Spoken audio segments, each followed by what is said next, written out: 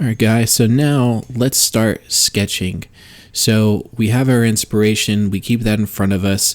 That's going to be there to help us inspire us, to help us generate ideas. And we're just going to start going at it with the pencil. And I like to use Procreate. I have an iPad and I have Apple Pencil. And it's such a fun setup. It's light, it's portable, and I don't feel too worried if I mess up because I can undo. I love being able to undo. I do love my paper and I do love my pencils and my graphites, don't get me wrong, but for quickness sake, my iPad's where it's at. And what's cool about the iPad is I can airdrop all my illustrations right to my iMac, so I don't need to scan, I don't need to do any of that stuff.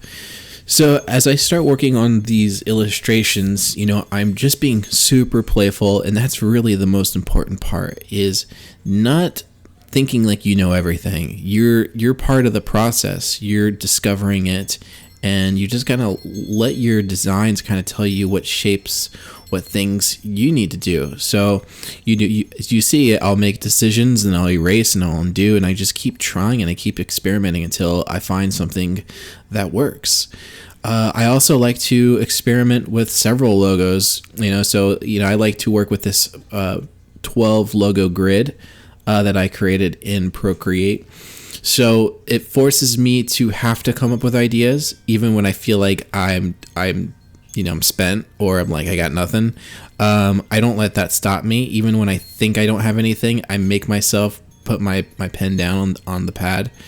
And sometimes that's when I create the best stuff, is when I think I've stopped and when I think I've done. That's usually whenever I create something that I really do like. So if you feel burnt out or you feel tired, just give it one more. Just do one more logo.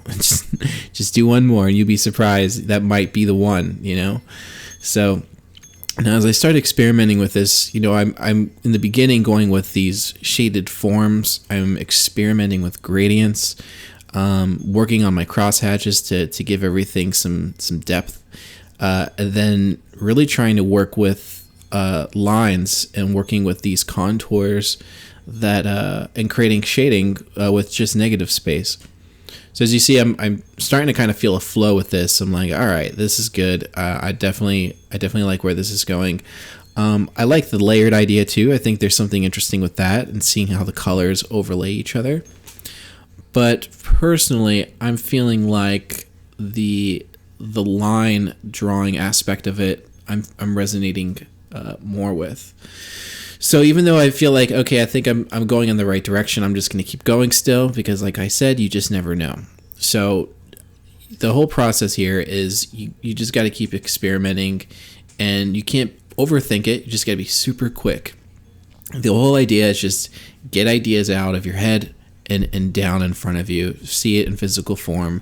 This is so much faster than trying to do this on the computer, trying to just jump straight into Illustrator. So you can just get ideas super quickly out of your head, experiment, try new things, and then when you feel like that you have something that you like, then we'll bring it into Illustrator and we'll bring some more life into it. We'll make it more geometric, make it more even, add some color, experiment with different typefaces, but it all starts with this. It all starts with the sketches. And you notice I'm not even experimenting with type. It's just about the icon, because the icon is such an attention grabber. And once I have an icon, then I know what kind of font is going to balance that. So if I'm going with something more angular, more curves, then I know I need to juxtapose that with something that feels more grounded and more maybe rigid, right? I love working with juxtapositions. I love bringing balance, because if it's too flowy, then I don't think it's going to hold up. So working with juxtaposition as far as not just typography with your logos, but with color, with size, all of that. So that's it. Hope you enjoyed that video, and I'll see you in the next one.